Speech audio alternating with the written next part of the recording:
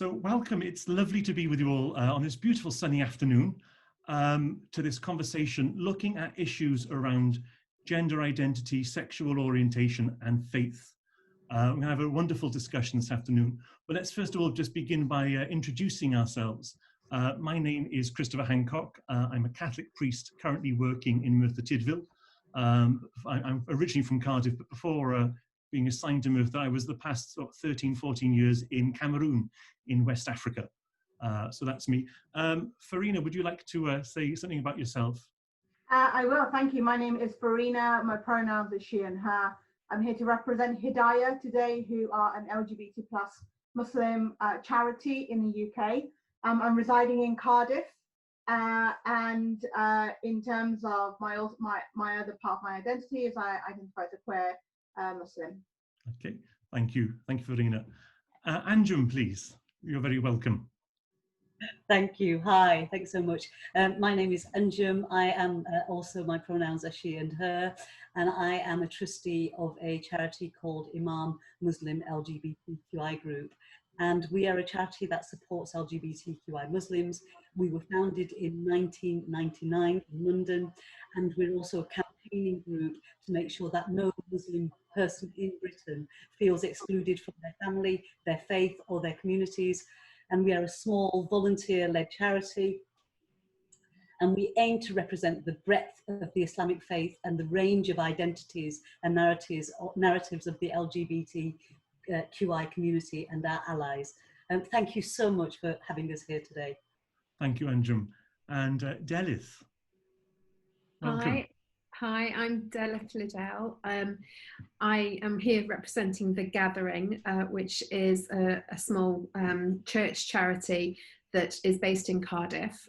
We are a church for LGBT folks. We're an inclusive church, and really the place where we tend to invite people, if they've been hurt by other churches, they can come to us and just know that they're going to be safe. It's a safe space. And can explore their faith in relation to their sexuality or their gender. We're a small charity, much like IMMAN, and I think one of our key aims is to try and help the Christian church to understand that it is okay to be LGBTQI and Christian. Okay, thank you very much. Thank you, Delith. And Dahlia, welcome. Hi, I'm Dahlia. I'm the Executive Director of KESHET UK. We work within the Jewish community, that being Orthodox, Reform, Liberal, Masorti, cross-communal, to create a world where no one is forced to choose between their Jewish and LGBT plus identities. So we're an education and training charity, so we work with Jewish schools, youth movements, synagogues, and communal organizations to ensure that Jewish LGBT plus people and our families have the experience we're expecting to have when we engage with any part of the Jewish community in the UK. Thank you very much. And lastly, Sarah, well, you're very welcome. Hello, thanks, Christopher. Hello, everyone. Yep, I'm Sarah Jones, and currently I'm the vicar of the Church in Wales parish right in the city centre of Cardiff. So that's St John the Baptist, right in the centre of Cardiff. I was ordained in the Church of England and was the first person to be ordained having previously made a gender change. So I've been ordained now about 16 years, I think, and I came to Cardiff about 18 months ago. So you're all very welcome. There's obviously a great depth of experience and a great range of experience as well in this panel. So I'm looking forward to this discussion. So should we just jump straight in and let's start off just by perhaps looking at the issue that often religion and issues around gender identity and sexual orientation, they're often pitted against each other. So what's been your experience of that as a person of faith? Would like to start off the discussion. Yes. I suppose for me, it always feels that it's very important to say that I feel that it's a real misconception that solely the reserve of heterosexual people in this vastly heteronormative society. Yeah. Islam's message is vast, it's huge, it's encompassing those values of peace, of community, of equality, of justice, of patience, of so much more. And these concepts apply to all humanity.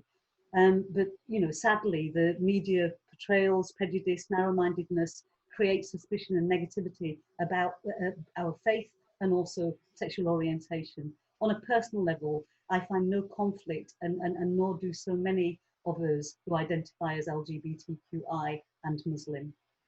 Okay, thank you. Farina, what's your, oh, sorry, Sarah. Okay, thank you. Well, as I grew up, I knew that although I was brought up as a boy, that I really felt, you know, that I should have been a girl, and so my gender identity was a big question. And I was always quite religious. I always went to church. It always made perfect sense to me at an age appropriate level. And so one of the things I had to deal with was, bluntly, did I think that being queer was sinful? And so one of the things that I did when I realized I had to, you know, confront, if you like, this gender identity within me, was to actually go on retreat. I read lots of books. I spoke to clergy and lots of people who were kind of embedded in Christianity. And a bit really like Anjum was saying there, with Christianity too, under the surface, actually, there's much more diversity and inclusivity than may appear to be the case, you know, to start with. But sometimes you do have to look for it. Mm. Yeah. Delith, has that been your experience too?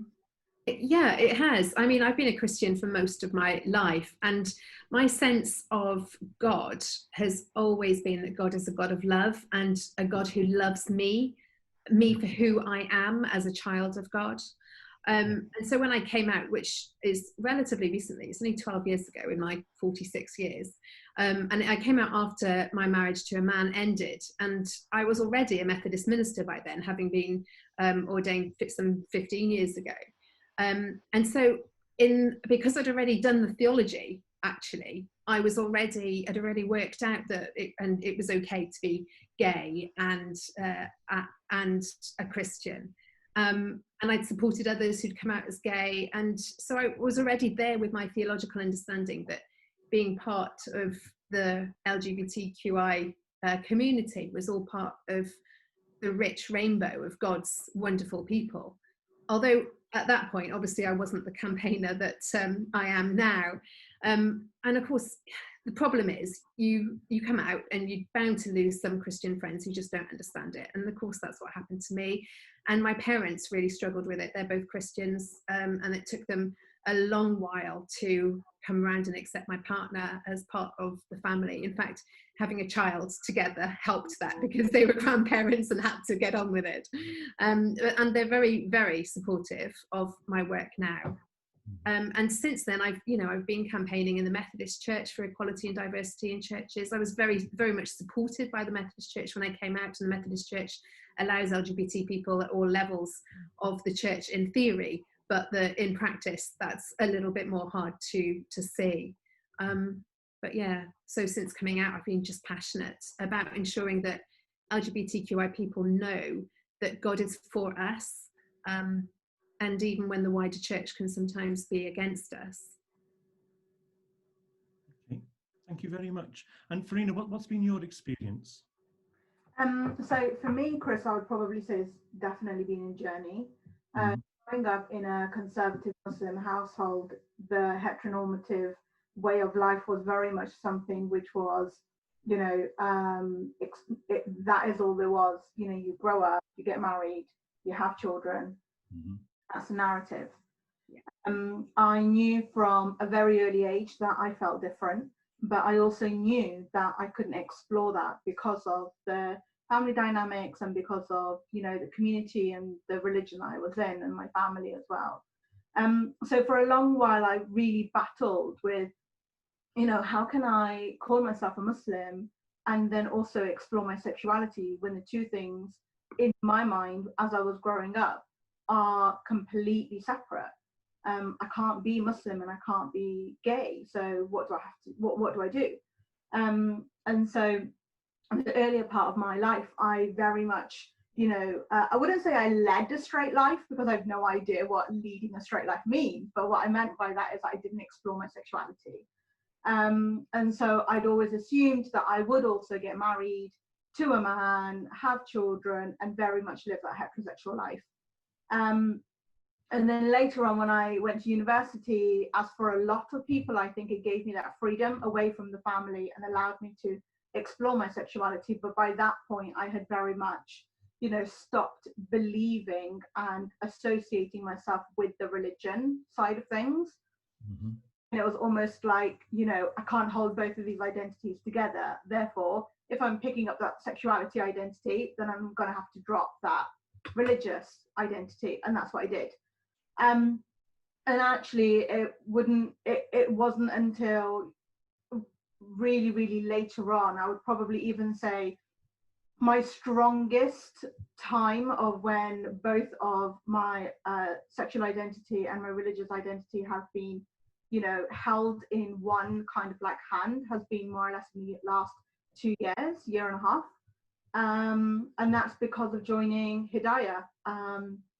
So, I attended a conference in February last year that Hidayah were a part of. And it was the first time that I was in a room with 200 other LGBT plus Muslim people. And I was overwhelmed to the point where I just sat there and cried.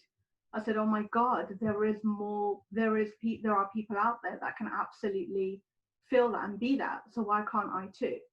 So it wasn't necessarily about me losing my love for Allah or that, but I didn't hold it, in one hand and think, yes, I can be both of these people. Thank you. And Yeah. How's your experience been? Oh, I think it's kind of a mixture of everyone's in some ways. So I was brought up in quite an Orthodox Jewish household. There were some contradictions. My dad wasn't very observant. My mum was a bit more observant, and I went to an Orthodox Jewish secondary school. And I think I was quite lucky, and I kind of know that more now in the sense of I knew from a really young age that I was not straight. That was like the term I used. If someone asked, I'd be like, I'm not straight. And I think knowing that so clearly was really helpful. There are definitely other parts of my identity I don't think I know as well as not being straight.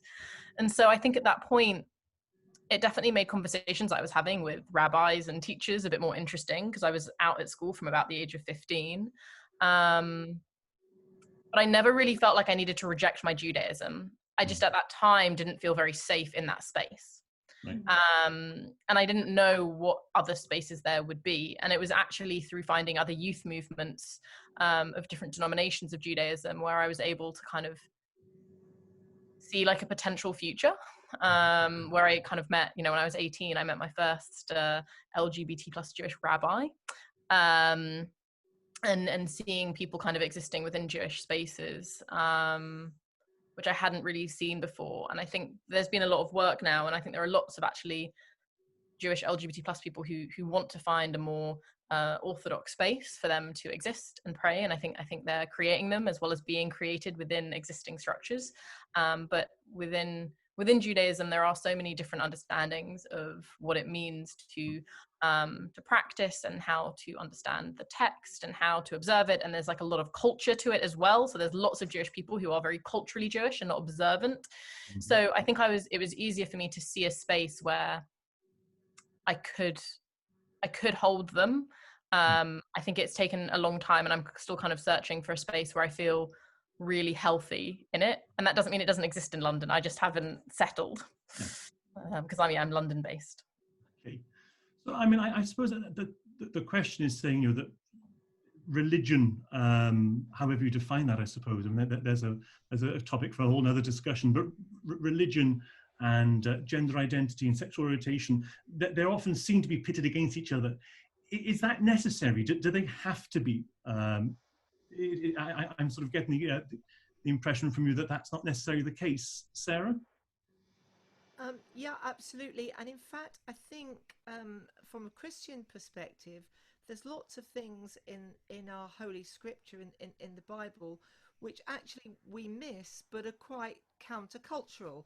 So if you take the Gospel of John, we have Jesus talking to a woman in Samaria at a well, and that wouldn't have really been done by a leader of the day. And where are the disciples? Well, they're off shopping, buying food. And in fact, that wasn't, you know, again, something that would be commonplace in that time. There's loads of instances, but we're so heteronormative, we're so conditioned that we don't see the queer places within our traditions, I think, and we gloss over things. So yeah, I don't think it needs to be there, but it is there. It is there, and it is really sad that people find it so difficult to connect their queerness with visible queer signs in their religion, I think. What would be the experience in Islam? Is that, do you think there's necessarily a conflict, Anjum, Farina? Do you want to go ahead, Your Majesty? Nobody ever has actually called me that before, so thank you, Farina. You're welcome. That label now forever. I'm loving it. I am sat in a seat as well, so this is brilliant. You know, as I said, I think that there is definitely a misconception that faith is the solely for the sort of reserve of heterosexuals. And of course, as I said, Islam's message is absolutely huge. I think there are two strands to this, but you probably possibly much more than that. For me, it always runs into that strand of actually otherness. And ultimately, the state, I always think, has a real vested interest in separating and fragmenting in any which way it can people of different identities. So, of course, you know, to pit Islam and sexual orientation, if you are not heterosexual, against each other, I think is also something that, you know, really helps the state, because it stops the unity and it stops that. So I think that component happens. I think there's lots of that. People feel that they can't, you know, religion becomes this coded way of, in a sense, controlling somebody's sexual orientation or sexuality, which I think Islam doesn't give that. That's not what Islam really gives us. But, you know, ultimately, Islam gives us patience, it gives us equality, it gives us community. But ultimately, you know, I feel that people take a domain, and particularly when it comes to, I would say, some constructs around gender, so that, you know, that component of, you know, if you are lesbian or if you are gay, there's something that gets attached to, you know, how we gender people, those components as well, and take control over people's gender. So I think there's an element of that. Okay. And some of that is cultural, I should say, as well. And, right. you know, and culture override the religious components, I think. And untangling religion from its cultural expressions. That's like that, regardless of the religion, that's always that's a fraught task, isn't it? Delith, you had your hand up there. Yeah, I mean, I wanted to say that for the past 10 years of leading the gathering in Cardiff, I've done my best to show folks that you can bring your sexuality and gender together with your faith. And in doing that, it can enrich and inspire your faith and walk with God, because you're being holistically and authentically who God created you to be. And I think that it is unfortunate that in many arenas, religion and sexuality or gender are pitted against each other. And I think that Anja makes a really good point, that actually in many, we just like boxing things, don't we? We like to know who people are and put them in a box and leave them there, because if they're not my type of person, they are the other, and we don't need to deal with them because they're not us. And I think that's one of the things that we strive hard for as the gathering, is not to see some of those Christians who might not even accept that we are Christians because we are LGBT, not to see them as the enemy, but to see them as siblings, brothers and sisters in Christ, and as part of God's church. And we're all on this journey, and we're all working it out with God in our own individual and yet corporate way. Okay. Well, no, you sort of lovely sort of segue onto our onto the next question that we're going to look at. It's how has your personal experience of your sexuality and your identity, how's that affected or enriched your relationship with your faith community and the expression of your religious faith. Dahlia, please. Yeah, I think it's made me more creative, because you have to be really specific about the communities that you want to engage with, and I think it enables you to think more creatively about how you're going to run a service and how you're going to engage with this, and it creates really specific communities of people with quite shared experiences. Like in the UK, we've had a Jewish LGBT plus social group since 1972, and actually, you know, that says something about kind of how long Jewish LGBT plus people have been kind of organizing or socializing and really looking for that community. Linking a bit into like the previous question, I think one of the things that we've definitely had kind of parts of the Jewish community being really at the forefront of LGBT plus rights in the UK. But I also think that there is a lack of trust between, in like the most like homogenous and umbrella way, like faith communities and the LGBT plus community, and vice versa, in the sense that I feel like there have been so many moments where everyone has felt really harmed and really damaged. And when I walk into an LGBT plus space and people are like, but what do you mean? Like, you are part of an organized religion. And there are people there who've been genuinely traumatized. So, you know, they don't understand why I would find peace and calm and serenity in that space, because of their experiences, which are genuine and legitimate and understandable.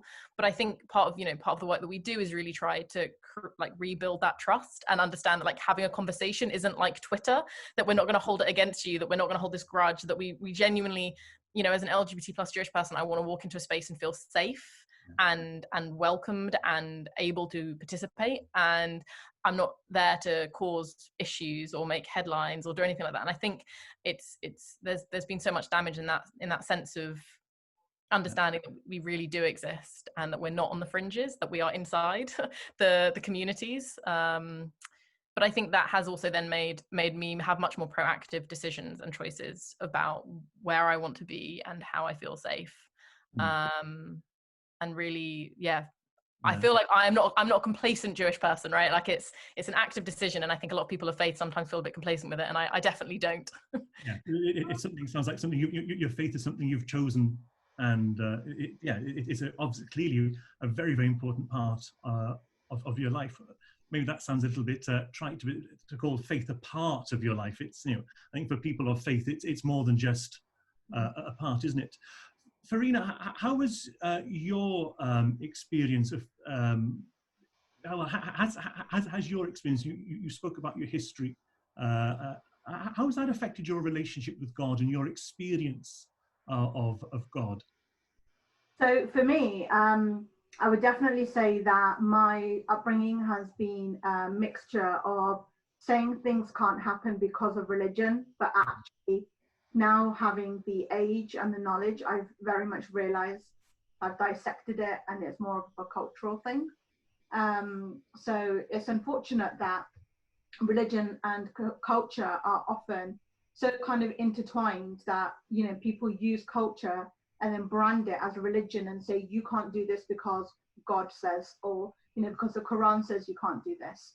So for me, the way that I've kind of like, you know, re-explored that is by taking the Quran and not seeing it in a very misogynistic or binary terms as to how I've grown up being taught it, but more about unlearning a lot of the things that, you know, people have said. It would have been absolutely amazing to grown up having faith leaders like Sarah and Del, because I think in Islam, still now, it's very male orientated, it's very misogynistic. And so a lot of the narrative that is being taught in mosques and in homes and things like that, you know, kind of has that woven into it. So, you know, I've gone out there and I've, you know, picked up books that are more kind of, you know, female orientated, talking about Islam in a, I'm not going to use the word modern per se, but looking at today's Islam and how, you know, the Quran is timeless, it's completely timeless. But the way in which you absorb it and the way in which you learn it, you almost have to unlearn all the things that you've grown up being told that the Quran said this and the Quran said that, and finding yourself in it. And I guess for me, that's how I've enriched myself in really understanding how religion is very much a part of me. And, you know, much like Dahlia, it's an active choice. And I use the word choice as well because it's a part of me. So, you know, going out there now and calling myself a queer Muslim is no longer something that I've got to choose between saying. You know, I can say both of those words together, and people may come up to me and shock me and say, but doesn't Islam say this, and doesn't the Quran say that? But no, actually, why don't you show me where it says that, and then I'll tell you that isn't an interpretation. That's basically what it is, right? When you take all of these texts and you read them, you're interpreting it to say that. But if you read the Quran in Arabic in its truest form and really understand the wording of it, you realize that actually the Quran is not binary. It's not male-led.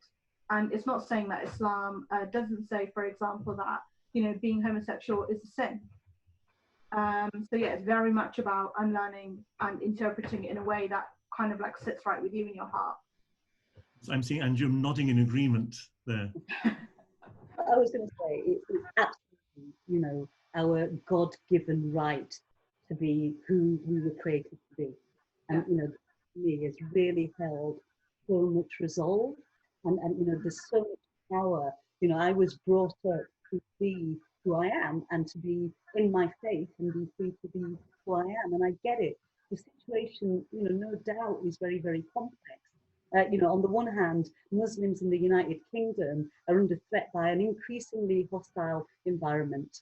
You know, Muslim phobia is on the rise. Politicians are failing to address it. All of that is going on. The media is really notorious for its anti-Muslim reporting, and you know, Muslims feature disproportionately in the press. So it's no surprise, you know, Farina was talking about family and parents. I think it's no surprise that Muslim parents are defensive about protecting what they think are their religious identities. However, they're absolutely burying their heads in the sand, you know, about the realities of the world. Muslims can be and are LGBTQI. Imam, we've supported thousands of them over the, you know, the last 20 years or more. And I think it is right. There is something about the, you know, as Farina was saying, and huge respect, Farina, to be able to share that some of the common issues that LGBTQI Muslims face in the UK are from their own families. They're ostracized, shunned from their family, forced to live double lives, sometimes even pressured to marry somebody of the opposite sex, ruining two lives in one go. That's a real, you know, bingo move there. You know, but you know, there's an impact, isn't there, on our mental health about that. So I think, you know, for me, it's my salient identity. There's some things about myself I can't hide. I can't hide my gender, and I can't hide my race. You know, the salient bits of my identity, and then people put some attributions to those identities. A lot of people cannot see that somebody who's, you know, has my skin color and my faith can be a lesbian.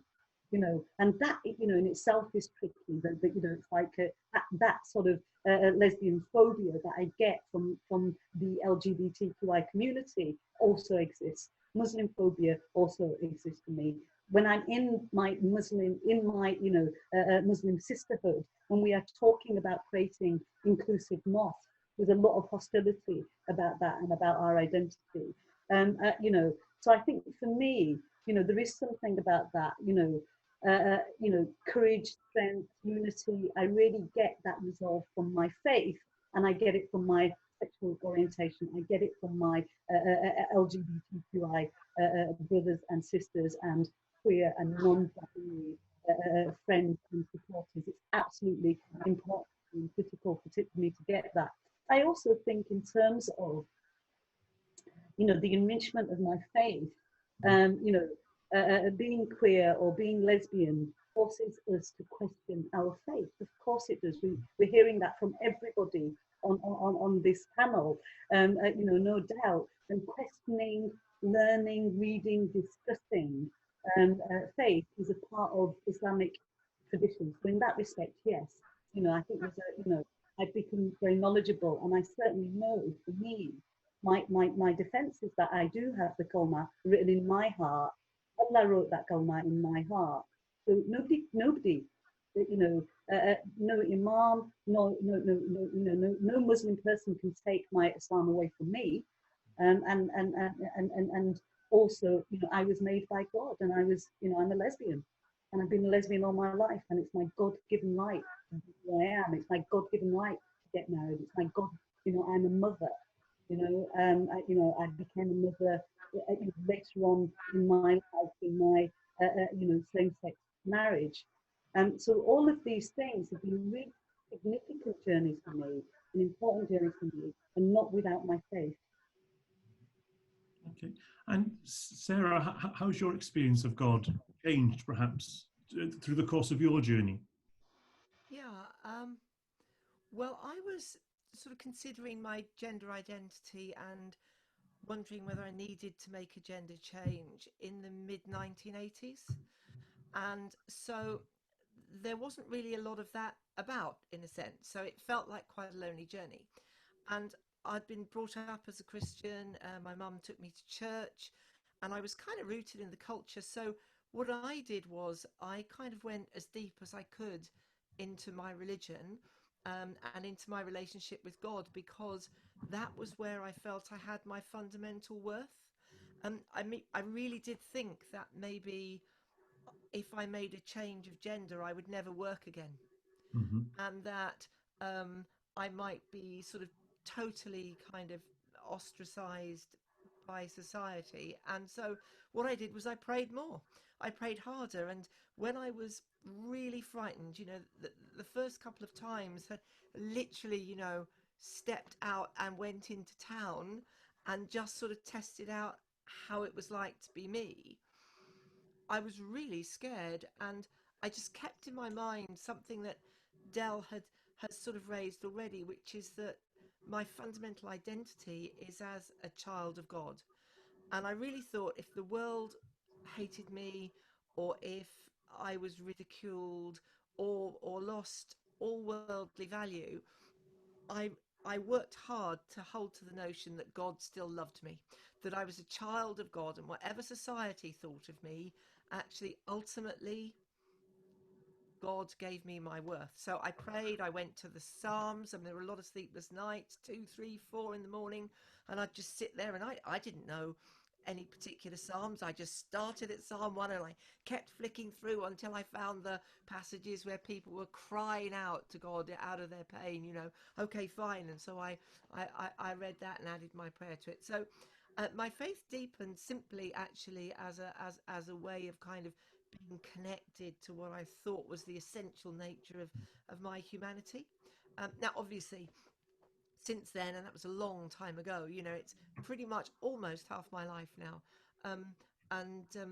So since then, I've been able to kind of move on and just enjoy the rest of my relationship with God and the riches that religion gives me and spirituality gives me. But that's how it was at my time of inquiry, let's say, or my time of discernment about sexuality and gender. Thank you very much. Thank you all very much for those answers. I'm just looking at an eye on the time, and I'm also looking at all these questions we've got. I think that we've touched on quite a few points in many of these questions, but there's one here I thought it'd be important just to hear some things on. What advice would you give to an LGBTQ plus person whose family are very religious? And I suppose I'd also add to that, what advice would you give to that family as well?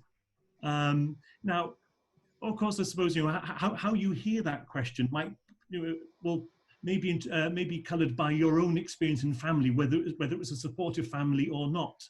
But however you want to answer that question, what advice would you give to an LGBTQ plus person in a religious family? And what advice would you give to that family from your own faith traditions? Dahlia, please. I would say, firstly, to come out when they feel safe. Mm-hmm. And even though that can feel really frustrating and really slow and painful, that them centering themselves and coming out when they feel they are able to, whether that be to a friend or a family member or a teacher, whoever it might be, for that to be something that they do when they feel really ready. but that choosing one person and being really clear that you don't want them to talk to someone else is also really okay, and that coming out is something that you'll end up doing probably whilst we live in this society many times in your life, but when it comes to their family, to do that when you feel like you're not putting yourself into danger. But then not only that, but there are support systems and people and communities all over the UK, whether they be LGBT plus specific, whether it be the Albert Kennedy Trust or Stonewall Housing or other organizations like that, if you need to get out of that space, but also Jewish spaces and synagogues and individuals and communities, like organizations like Laviot, the Jewish LGBT plus group, Imahot Avot. You can find out about all of them kind of on our website if you want, but that Jewish LGBT plus people, allies, religious leaders, educators exist, and that we're there to support and help find community, but that patience that you might require. And then to the family, the thing that I would say is, what outcome do you want when it comes to your family? Which sounds a bit businessy or whatever else, but it's the genuine question of, do you want a relationship with your children? And if so, what expectations have you put upon them, or do you still hold on to, that are worth holding on to and then not having that relationship? And that can take time, and it can take considered, and it can take you being silent rather than saying something harmful, to really understand what relationship you want. But that being religious doesn't mean that you shouldn't be caring and loving towards your child. I think the compromises that people have to make, you have to work out as an individual, whether they are compromises that are worth making for you, and setting those boundaries that if someone breaks them, you walk away. But that takes time and years and hopefully lots of joy, but often lots of pain as well. But being religious doesn't automatically mean their heart won't be full of love, because I think religious communities, and particularly I actually want to say, it's like, yeah, religious communities can often be so full of love. And I think that's something that's like a misconception around, if you're more orthodox or you're more religious, depending on religion you are, that there's a misconception that they're not full of love. And actually, I think that's often the thing that LGBT plus Jewish people who leave those communities, who are forced to. So when I say, forced to choose in our mission statement, I say forced because it's not a real choice. You end up a bit broken. You end up walking through the world in this very torn up way. But the thing they miss is the love. They miss the love and the compassion that was shown to them and is in that community. So I wouldn't automatically assume that the reaction will be bad, but to come out when you feel safe. Thank you very much. Thank you. Dalith, what would your advice be? Oh my goodness, Dahlia's just said it all so beautifully, I think. And I think that relates across faiths and across religion. Only do it when you are safe. That's got to be the first one, because your own safety, your own mental health, your own belief in yourself needs to be your primary focus. And yeah, find somebody, anybody, whether they're online or whether they're in a support group, as Dahlia suggested, or whether it's a friend or somebody in your faith community who you can trust and who will be at least sympathetic and loving towards you, even if they may struggle. And then I would say, once you've kind of got over the shock of coming out, don't be afraid to talk about it, I think is a really good one, especially with family who may. It is the most difficult thing to sit down, and some of the questions my mother asked you would make everybody blush, I'm sure. But but it is really important to talk, to try and help them understand, and from your own perspective, make sure you know what your kind of theological understanding of your position of your faith is.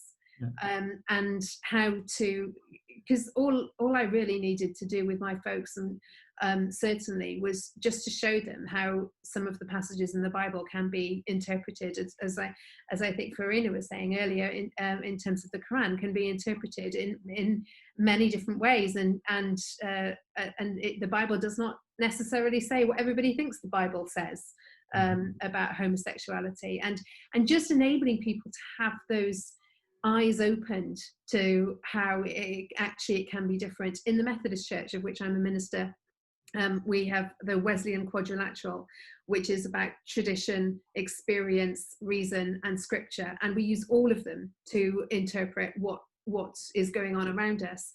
And so when your experience is that you're loved by God and you are a Christian, you view everything and in the light of that experience, whether you're looking at scripture, whether you're looking at tradition or culture, as Farina and Angie might call it, or whether you're thinking about it from reasonable terms. So yeah, definitely look for those who will support you. Farina, let me just change the question slightly for you. What do you think God's advice would be? Say that again, sorry. What do you think God's advice? What would God say? What do you think God? I would definitely, in my mind, God will say that I created you and I created them in my image, and this is how they are. Yeah. So, you know, from a parent's point of view, you know, if a parent is a little bit like, much like my own parents, when I came out to them, what did I do wrong? And me feeling like, what have I done wrong, or what do I need to change for me to be straight? Just putting that narrative out and very much believing that God made me how I am, and you know, and pushing that kind of like, you know, toward the parent and toward the child as well, or towards the, you know, the person that wants to come out. We at Hidayah get emails on a, you know, and contact on a daily basis where people are saying to us, you know, I am X years old, and they could be as young as in their teens, they could be in their 50s, 60s, and they could have been married, grown up, you know, living a very heterosexual life, and they've never told anybody that they're gay before, or that they are bi or trans, and this is the first time that they're actually admitting to themselves that they feel this way. The very first time. And sometimes for some people that's enough. Just writing those words, sending them out into the ether, not necessarily expecting a response, but just owning the fact that they themselves have said that. And that is powerful within itself, right? You know, touching upon, again, like ×3, what Dahlia said, support, and also making sure that they are safe. So that's always our number one. You know, when people talk to us about wanting to come out, or about, for example, leaving their homes, or about telling their families, you know, our number one and our number 100th will always be, are you safe? Are you safe in which to do so? Because it's unfortunate, right, that for us to live our authentic, true lives, we have to question our safety first. Like, how many non-LGBT plus people have to think about their safety before they say, I'm straight? Nobody. Yet we do. And that within itself is so saddening. And, you know, faith and God, Allah has said to you that, you know, I've made you how you are. So if Allah has made me how I am, then there is no wrong in that. Nobody can question that whatsoever.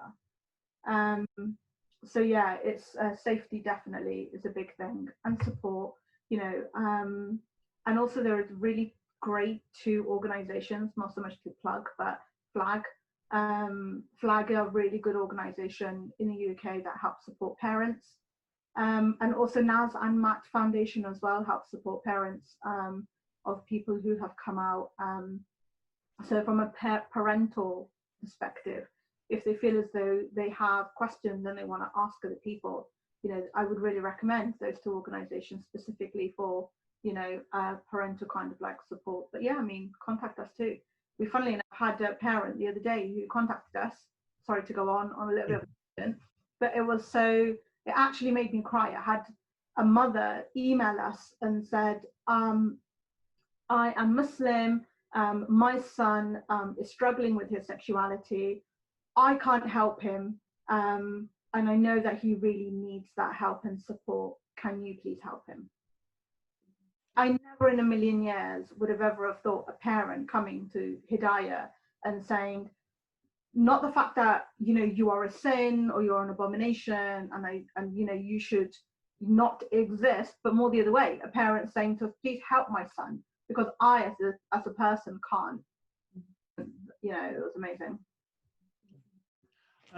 Sarah, what's your advice, or perhaps what's God's advice from your perspective? Honestly, I think when most of the great advice has already been said, I think it's been done. I think everyone who's spoken before me has really aced it. And my big advice then would be to play this tape back as often as they need it, and just write down everything that Dahlia, Delith, and Farina have said, because it's spot on. But I would just add, don't give up on your faith community.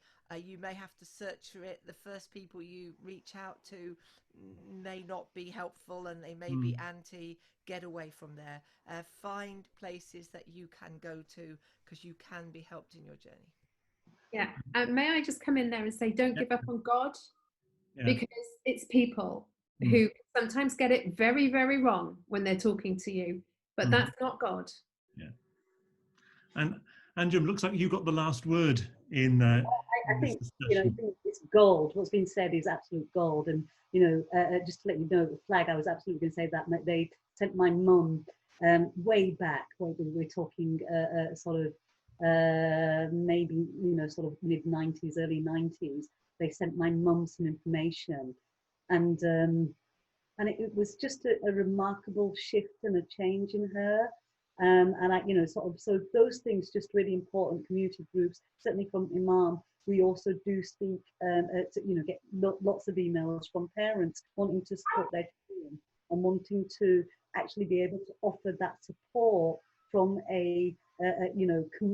from a community support background, knowing that their child might be isolated. So like Hidayah, we also get those emails. I would say it's really, really critical, as Sarah and Delith has said, and Dahlia and Farina as well. For me, I think just find your personal connection with Islam. Nobody has the monopoly on Islam, not parents, not family, no country, and not even the wider Muslim community. Nobody has a monopoly on Islam. Find your connection with it, live in your connection with that, and I think, as everybody has said, find it safely. It might not be the first steps that you take, might not be, they may well be. Who knows, we might have a fully inclusive mosque, as they do in other parts of the world, in the United Kingdom too. So absolutely do that. Don't give up on God, don't give up on Allah, don't give up on your faith. This is part of your identity, and everybody has the right to be in their full and best potential and live their full and best life. On that note, Anjum, Farina, Sarah, Delith, Dahlia, thank you so much for your time. It's been a fascinating conversation, and we could have carried this on, I think, for quite a bit longer. I know I've learned so much from all of you and your experiences. Thank you very much for your sharing this afternoon. God bless you all in your journeys. Thank you. Thank you so much. Really, really appreciate it. Really good to meet you all. I hope we can stay in touch. Really, really good to meet you all. And we're having an Imam festival as well, so please do come to that. I'll certainly let them know to send you some information. Thank you so much. Good to meet you. Good to hear. Thank you very much. Thank you all.